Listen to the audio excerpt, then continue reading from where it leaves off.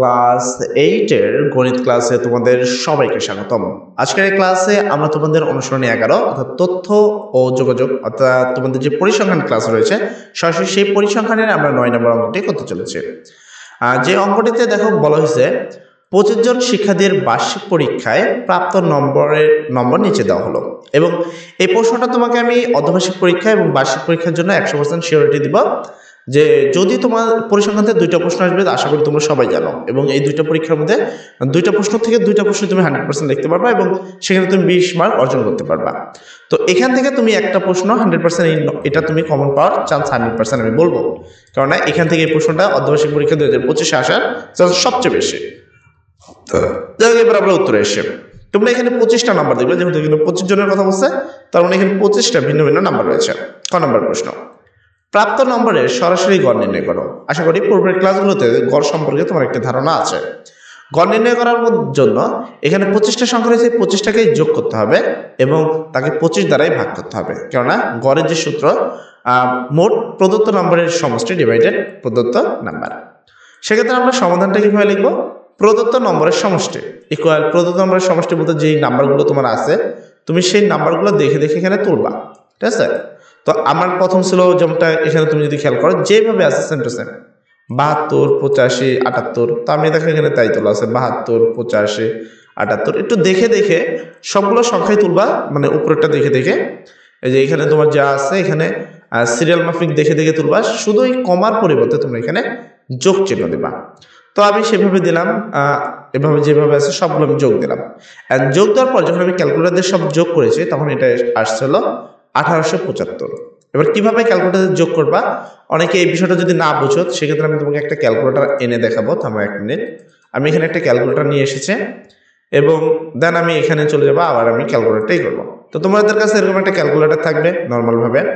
তোমরা একটা normal calculator নিয়ে প্রথমে 72 যোগ তারপর কত 85 যোগ তারপর কত 78, এভাবে যোগ দিয়ে দিয়ে উঠাবা।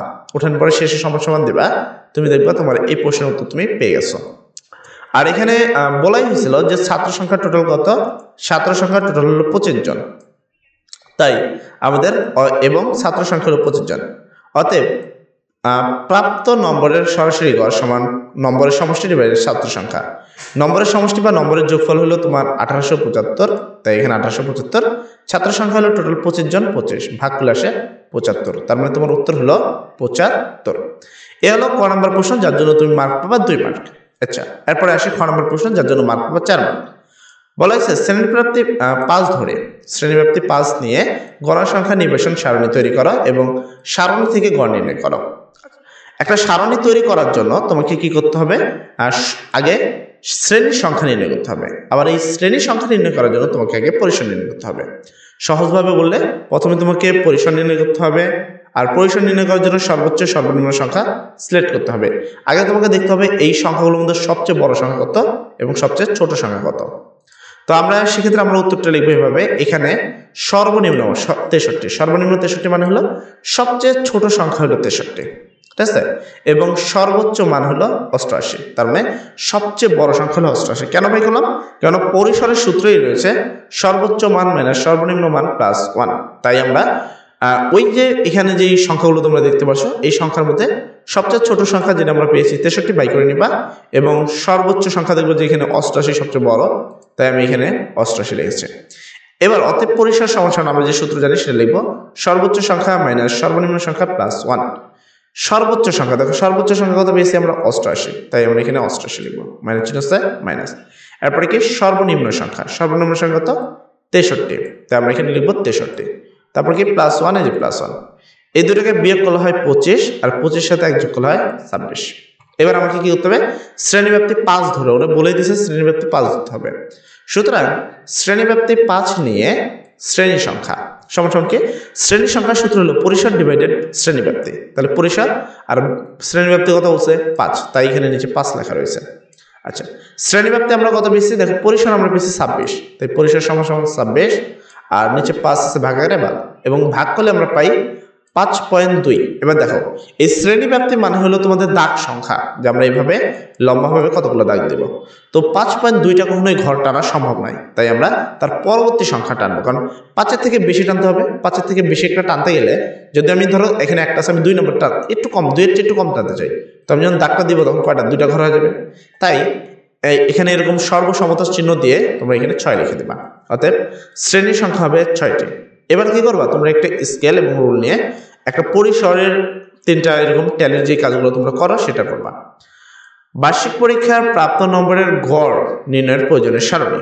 তো গড় নির্ণয়, কারণ এখানে বলছে ওরা যে সারণী তৈরি করতে হবে, আবার গড় নির্ণয় করতে হবে। তো গড় নির্ণয় করার জন্য আমরা এই সারণীতে এই কটা অপশন দিব। খারাপভাবে দাগ রয়েছে 5টা: শ্রেণী ব্যাপ্তি, মধ্যমান, ট্যালি, গণসংখ্যা এবং এফআই এক্সআই। এবার শ্রেণী ব্যাপ্তি আমরা কত থেকে নিব? এখানে ওরা বলছিল যে ব্যবধান হবে 5, ব্যবধান হলো 5, আর সর্বনিম্ন সংখ্যা হলো 63, তার মানে আমাকে 63 থেকে নিতে হবে। তো আমি নিলাম 63। এবার 63-এর সাথে 5 কাউন্ট করো, 63, 64, 65, 66, 67। 63-এর সাথে 5 কাউন্ট করলে কত হয়? 67, ঠিক আছে। আর নর্মাল বিয়োগ করলে 4 পাবা, তবে হাত দিয়ে গুনলে সেটা 5 পাওয়া যায়। তাহলে 63 থেকে 5 কাউন্ট করলে বা 5 বেশি নিলে সেটা হয় 67। 67 পরবর্তী সংখ্যা কত? 68।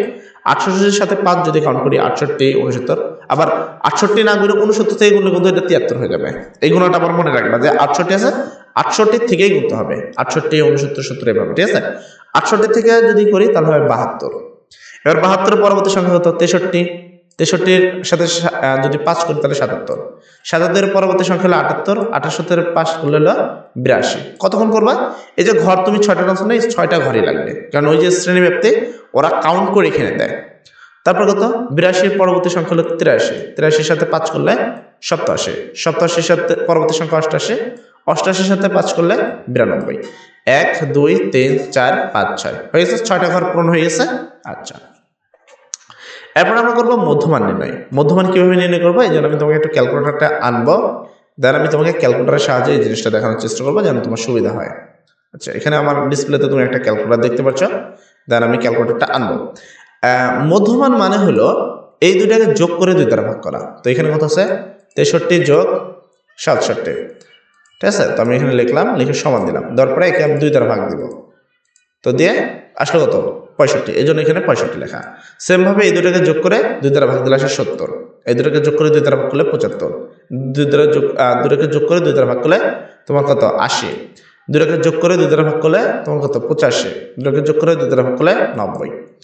এরপর ট্যালি চিহ্ন, তুমি এখানে দেখতে পাচ্ছ ট্যালি। ট্যালিটা কিভাবে কাউন্ট করবে? এই ট্যালিটা কিন্তু ইম্পর্টেন্ট এবং এইটাই তোমাকে পারতে হয়।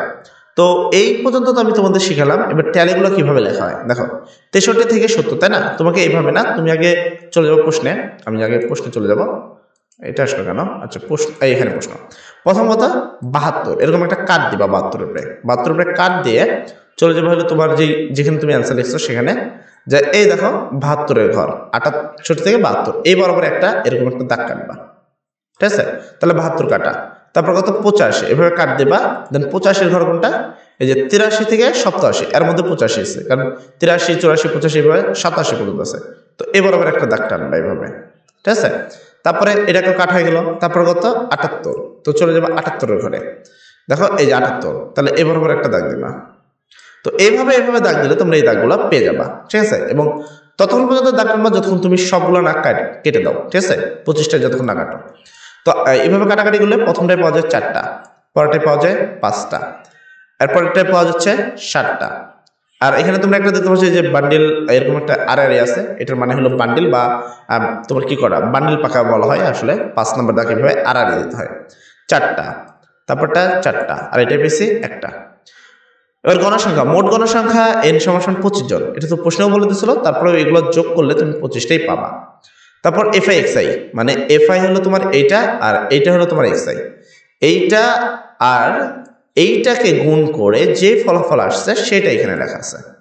সেম ভাবে এই 70 আর 5 গুণ করে যে ফলাফল আসছে সেটা এখানে লেখা আছে। এভাবে 75 আর 7 গুণ করলে কত? 525। 80 আর 4 গুণ করলে 320। তারপর কত? 90 আর 1 গুণ, এখানে কত? সরি, 85 আর 4 গুণ করলে 340। 90 আর 1 গুণ করলে 90। এরপরে কাজ হলো এখান থেকে এগুলো সব যোগ করা।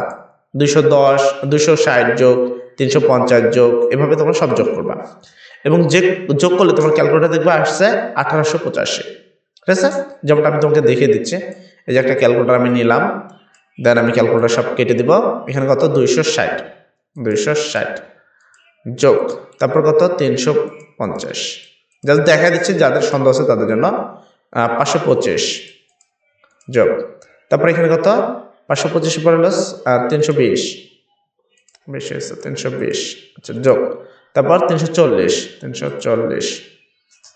যোগ, তারপর হলো 90 যোগ, দেন 1885। দেখছো 1885। তো এটা তোমরা নির্ণয় করে নেবা। তারপর লিখবা গড়ের সূত্র। আমরা জানি গাণিতিক গড় সমান 1 divided n summation fi xi। এবার 1 আছে 1, n এর মান হলো কত 25, তো আমি এখানে লিখব 25। fi xi এর মান হলো 1885, হলো 1885।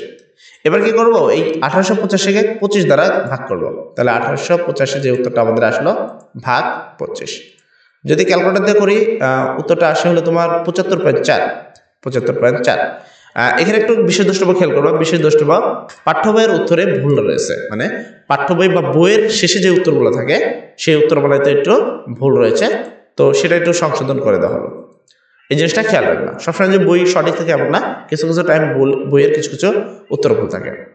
গ নম্বর প্রশ্ন, সরাসরিভাবে প্রাপ্ত গড়ের সাথে খ থেকে প্রাপ্ত গড়ের পার্থক্য দেখাও। এই প্রশ্নটা ভিন্ন আসবে, মানে গ নম্বর প্রশ্নটাতে থাকবে আয়তলেখ অঙ্কন করো অথবা প্রচুরক বা মধ্যক নির্ণয় করো, এই ধরনের প্রশ্ন থাকবে। ঠিক আছে, তো এই প্রশ্নটা চেঞ্জ আসার চান্স সবচেয়ে বেশি। আসি তো আমরা প্রশ্ন উত্তরটাকে দিই, মেন প্রশ্ন উত্তর।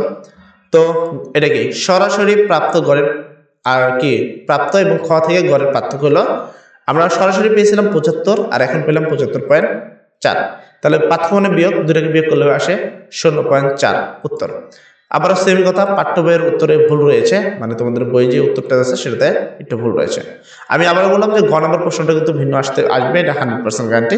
ক আর খ তোমরা হুবহু কম পাবা। আশা করি সম্পূর্ণ প্রশ্নটি বুঝতে পারছো, এবং যারা এখন পর্যন্ত পূর্বের ক্লাসগুলো দেখোনি তোমরা চাইলে এই ভিডিওর প্লেস থেকে অথবা এই ভিডিওর ডিসক্রিপশন থেকে সেই ক্লাসগুলো খুব অনায়াসে দেখতে পারো। সর্বোপরি কথা, সবাই ভালো থাকো, সব জন্য দোয়া করি। আসসালামু আলাইকুম।